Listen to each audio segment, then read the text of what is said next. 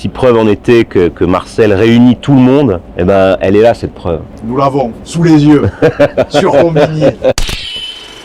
Je traverse la ville dans ce tramway derrière la corniche. Je trouve que Marcel Pagnol est et restera un poète qui a marqué, je pense, toute une génération et qui peut marquer aujourd'hui par le biais justement de l'adaptation du film de sa vie, la mienne.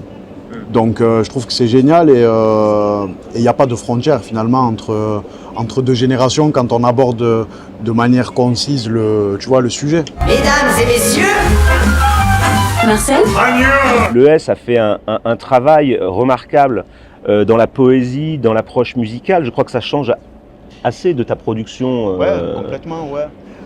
Tu sais, ce que je te disais, moi j'aime beaucoup être challengé et c'est justement un projet qui nous challenge parce que justement on a voulu confronter deux époques et aussi deux géographies différentes, si tu veux, un peu de Marseille, un peu de Paris, pour essayer de se rapprocher au mieux de la vie de Marcel Pagnol.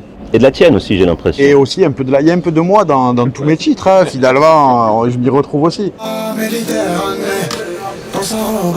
Et je suis très heureux de voir que, par exemple, le S s'empare de cette image, de cette œuvre. Tu as dit de très belles choses d'ailleurs à la radio, à la télévision, sur mon grand-père, je t'en remercie. Ça prouve qu'il y a des passerelles possibles entre les cultures, entre les différents types d'expressions et entre les générations. Ouais. Romigny.